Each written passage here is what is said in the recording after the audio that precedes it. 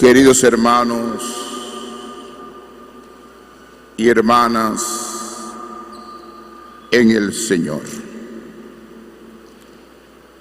el tema que voy a tratar hoy es el tema de la comunidad de los creyentes, el tema de la iglesia. Y dentro de ese marco hemos escuchado tres lecturas: el libro de Job, la segunda carta de Pablo a los Corintios y el Evangelio de Marcos. En el libro de Job observamos el tema de la tormenta. Nosotros que estamos en una región donde el mar Caribe nos baña,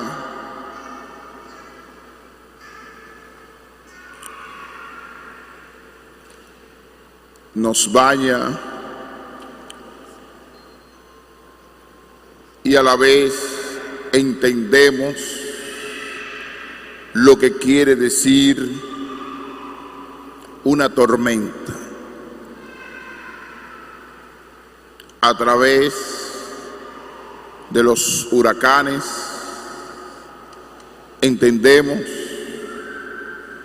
cómo el mar se pone bravo y las olas aumentan de tamaño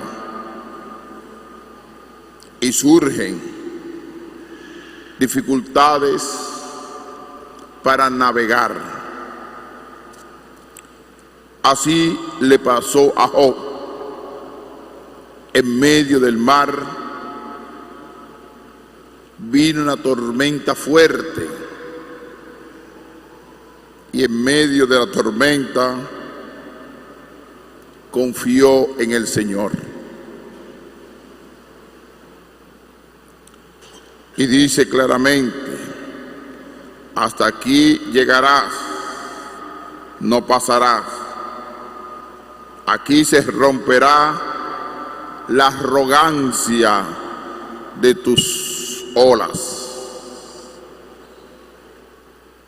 Hoy el libro de Job utiliza una palabra o una frase que es fundamental. Aquí se romperá la arrogancia de tus olas. Si uno utiliza la palabra arrogancia y la combina con la palabra las olas, a nivel de sentimiento, emociones, no combinan, porque las olas no tienen razonamiento. Las olas son fenómenos naturales producidos por los vientos fuertes del mar. Pero la arrogancia es producto del razonamiento del hombre. Combinando esta palabra arrogancia y las olas fuertes, debe existir un concepto antropológico. ¿Quiénes son arrogantes delante de Dios. Quienes practican la arrogancia delante de Dios son los hombres de este mundo. El arrogante no respeta a Dios, es un orgulloso frente a Dios. Le falta humildad y sencillez. Pero hay que entender que las olas tienen su origen y se producen por fenómenos naturales. Y la arrogancia del hombre, el orgullo del hombre, la prepotencia del hombre o de la humanidad para incurrir hombres y mujeres. ¿De dónde se produce esa arrogancia? Y la conclusión es sencilla: de la ausencia de Dios en sus corazones. En el mundo de hoy hay mucha ausencia de Dios. Traduciendo esta palabra de Dios al Nuevo Testamento, ¿cuántas veces el propio Jesucristo predicó contra la arrogancia del pueblo de Israel? Cuando le llamó sepulcro blanqueado, le llamó, ellos predican una cosa y hacen otra. Carguen con mi yugo y sean humildes de corazón. Por eso, el que practica la arrogancia está distanciado de Dios. Y el único que es capaz, como dice la palabra de hoy en el libro de Job, romper la arrogancia de nuestra vida es Jesucristo, el gran liberador que vino a salvar al mundo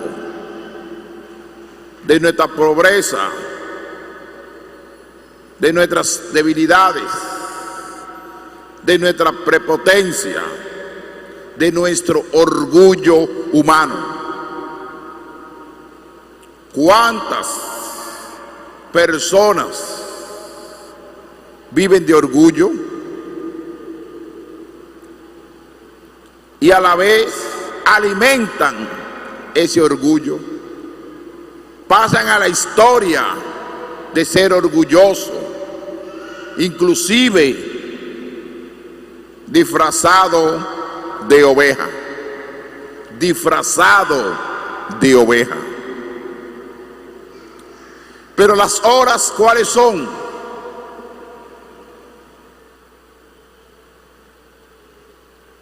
La primera hora para producir arrogancia es que la autoestima está en el suelo.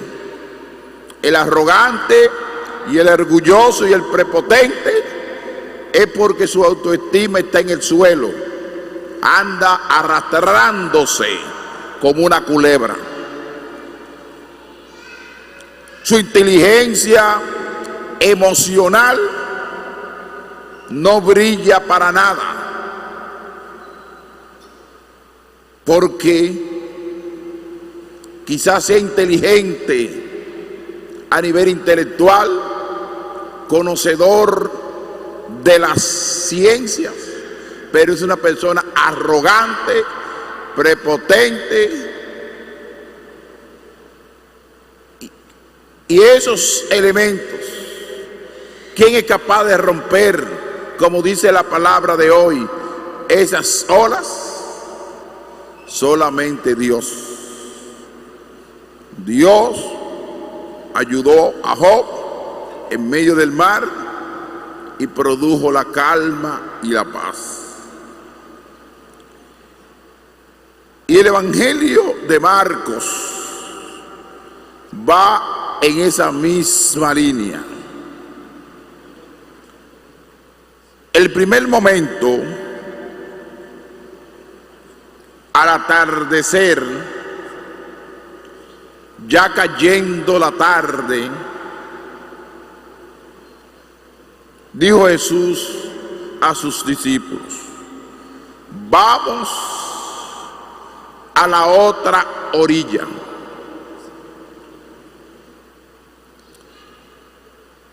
La otra orilla que ha manoseado mucho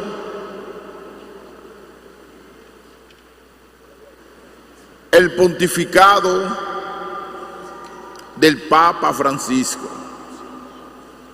Ir a la otra orilla, ir a la periferia, ir a los pobres, a los desposeídos, a los descartados de este mundo. Y así fue el propio Jesucristo.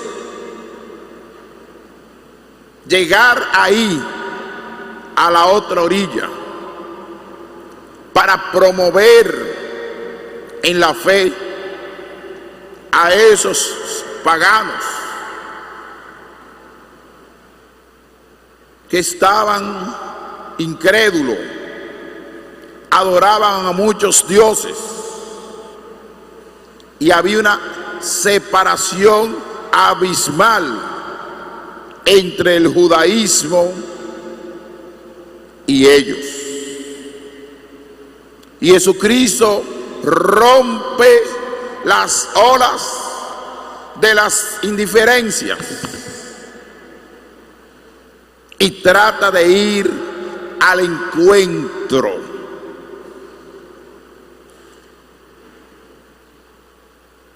El segundo momento, dejando la gente, se lo llevaron en barca. La barca simboliza la iglesia. Y en el lenguaje contemporáneo le llamamos la barca de Pedro, que es la iglesia contemporánea. Esta barca que se subieron los discípulos comenzó a navegar, así como está navegando la iglesia en el mundo. Y dice la palabra de Dios, como estaban otras barcas, lo acompañaban. Se levantó un fuerte y una tempestad, que es el segundo momento, una gran tempestad, diciendo que esa propia barca hay muchas fuerzas que quieren destruirla, que vienen desde afuera,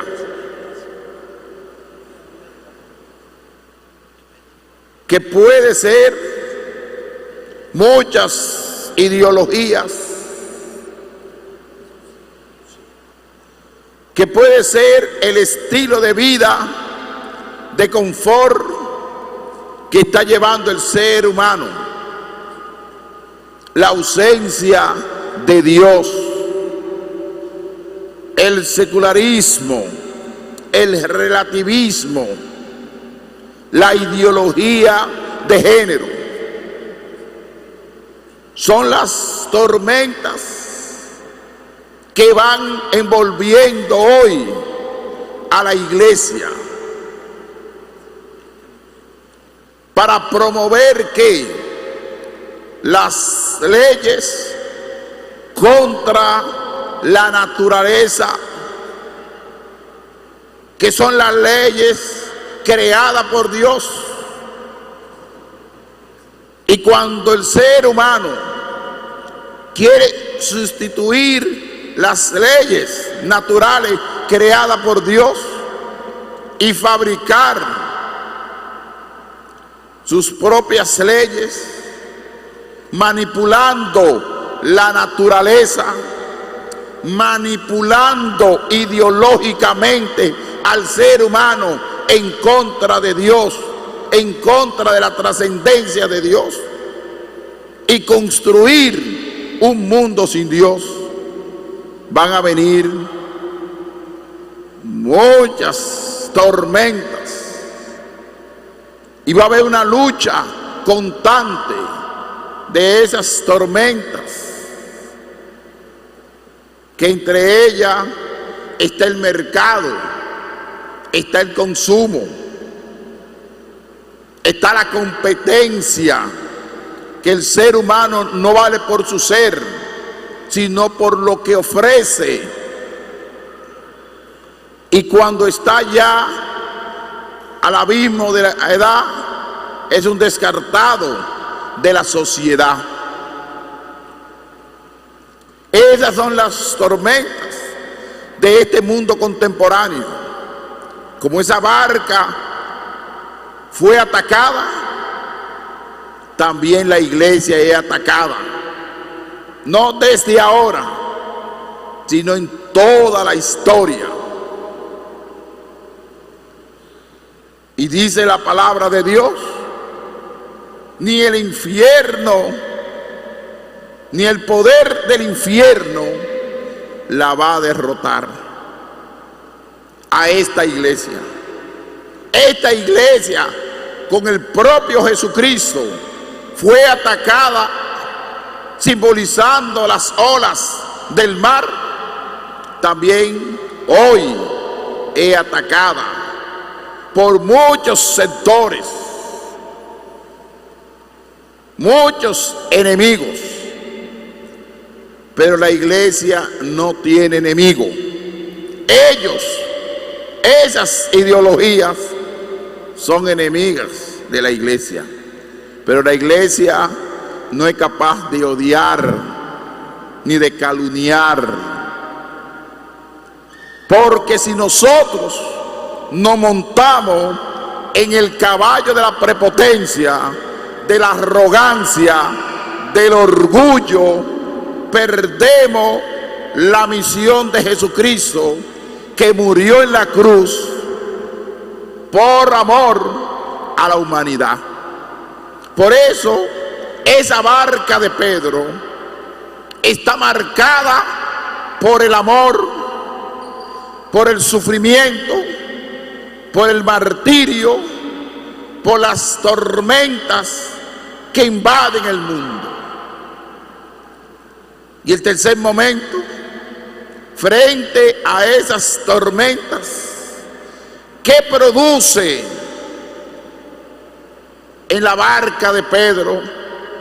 Y yo digo, ¿qué produce en el interior de nuestra iglesia? Produce miedo, temor. ¿Cuántas personas creyentes tienen miedo? Pronuncian la palabra, la iglesia se va a destruir, la iglesia va al abismo. Y yo simplemente le digo que están equivocados. La iglesia va a perseverar por los siglos de los siglos, porque la iglesia es divina, no es construida por aspecto cultural y social. como quieren enseñarle a los estudiantes que la sociedad es construida a nivel cultural, a nivel sociológico, y así inclusive quieren construir hasta el género humano, hombre y mujer, que cultural. ¡Qué falsedad! A veces en la enseñanza, en las escuelas y en salud pública, enseñando estructura social de construcción cultural del mundo, y quieren distanciarse de Dios y meterle esa ideología a nuestros adolescentes, la construcción cultural y social. Hay que entender lo que significa cultura. Hay que entender lo que significa construcción social o cultural. Otra gran viento que el Papa Francisco lo ha dicho es la inteligencia artificial, que quieren sacarle el alma de la creatividad de Dios en el hombre.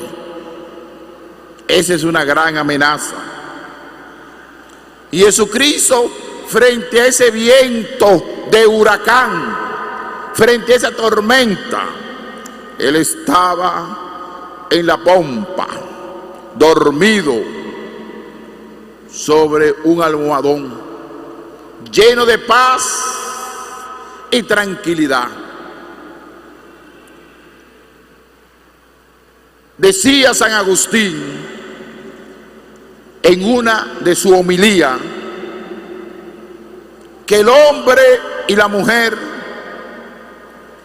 debe despertar a Dios, despertar a Jesucristo a través de la oración, del sacrificio, del ayuno. Despertar al Maestro. Y eso hicieron los discípulos. Lo despertaron diciéndole: Maestro, ¿no te importa que perezcamos? Él se puso en pie, increpó al viento y dijo al mar: silencio, y cállate. Silencio. El mar se silenció, se calmó, indicándole a la iglesia, a esa barca de Pedro, que nosotros lo que tenemos que tener fe, que es el tercer momento, tener fe en medio de las dificultades. Pero esos vientos vienen desde el exterior, desde fuera. Hay viento peligroso que vienen desde fuera, desde fuera. Pero hay otros vientos que se producen en nuestro interior, que a veces en nuestro interior como iglesia vamos produciendo tormenta. Y eso no es nuevo. Desde Judas Iscariote, desde aquel que fue el primer papa Pedro, a ese hombre no lo conozco. uno que lo vendió y otro que no lo conocía. Fueron las primeras tormentas preocupantes de Jesucristo, pero no brotó del judaísmo, no brotó de los sectores del Imperio Romano, brotó del interior de los discípulos. Y por eso el Papa Francisco nos habla que dentro del interior de la iglesia también hay muchas ideologías que quieren producir división, que quieren producir conflicto, que quieren buscar en medio de un pajón una aguja y no ven las virtudes, no ven el reino, no ven la institucionalidad de la iglesia, sino lo que le está brotando, el poder de mandar, el poder de quitar, el poder de tener influencia para colocar sus ideologías eclesiales, que esos son vientos de huracanes, como decimos los dominicanos. La iglesia está como la arepa, fuego por abajo y fuego por arriba, pero ni el fuego de abajo ni el fuego de arriba nunca la podrá destruir, porque el poder del infierno queda pisoteado, y aquellos idealizantes dentro de la iglesia que no pierdan su tiempo, que se dediquen a la oración, a la contemplación, al trabajo evangelizador que la iglesia tanto necesita. ¿Cómo nosotros vamos a vencer las tormentas que vienen desde afuera y la tormenta desde adentro? La de afuera con la fuerza de la evangelización. Por eso, último momento, y con esto termino, le indico a los párrocos que traten de despertar a Jesucristo, que los párrocos despierten a Jesucristo. Nos estamos hundiendo y Jesucristo va a producir paz. Pero ¿cómo nosotros despertamos como sacerdote, como responsable de una parroquia? ¿Cómo yo despierto? Primero, fortalecer mi espíritu, porque el sacerdote es un pedagogo de la oración. Si no tiene fortaleza interior, no va a tener fuerza para luchar con los vientos que hay en la comunidad. Y a veces lo más fácil es acomodarnos, tener confort, vivir una vida que yo no me meto con nadie para que no se metan conmigo. Y un pueblo de Dios en su propia nariz, ardiendo de indiferencia de la fe. Llenarnos de Dios primero, después llenar a ese pueblo de Dios, llenar de Dios a ese pueblo. ¿Y cómo se llena de Dios a ese pueblo? Hay mucha práctica. Dejar el confort y tirarse donde está la gente. No es que la gente venga en el templo, sino que el misionero va a los barrios,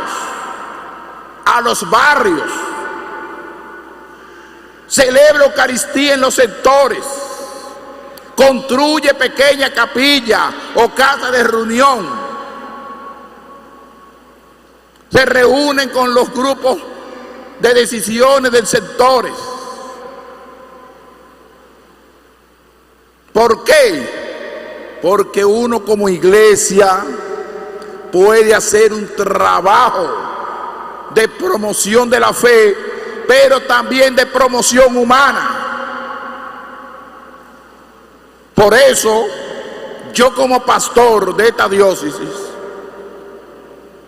no solamente a los fieles le hago un llamado, sino a aquellos que evangelizan y tienen la última responsabilidad en la diócesis, que son los sacerdotes, a salir a evangelizar, formar capilla en los sectores, formar casa de oración en los sectores, motivar a los movimientos apostólicos que despierten a Jesucristo, que a veces está dormido. Hay gente que dicen: yo estoy viviendo de la renta, ya no tengo nada que ofrecer. Qué pobre vida de misionero, qué pobre vida sacerdotal. Nosotros estamos llamados a despertar a Jesucristo, y despertando a Jesucristo vamos despertando también a los fieles, a las comunidades, a los sectores. ¿Cuántas cosas se pueden realizar en un territorio parroquial para no estar en un almohadón? En ese almohadón que Jesucristo estaba durmiendo. Pero somos capaces de despertar a Jesucristo, despertar a ese joven que representa a Jesucristo, despertar a ese que está distanciado de la iglesia, a esa familia que necesita de Dios. La tenemos que despertar, saliendo de nuestro sueño profundo, saliendo de nuestro distanciamiento social.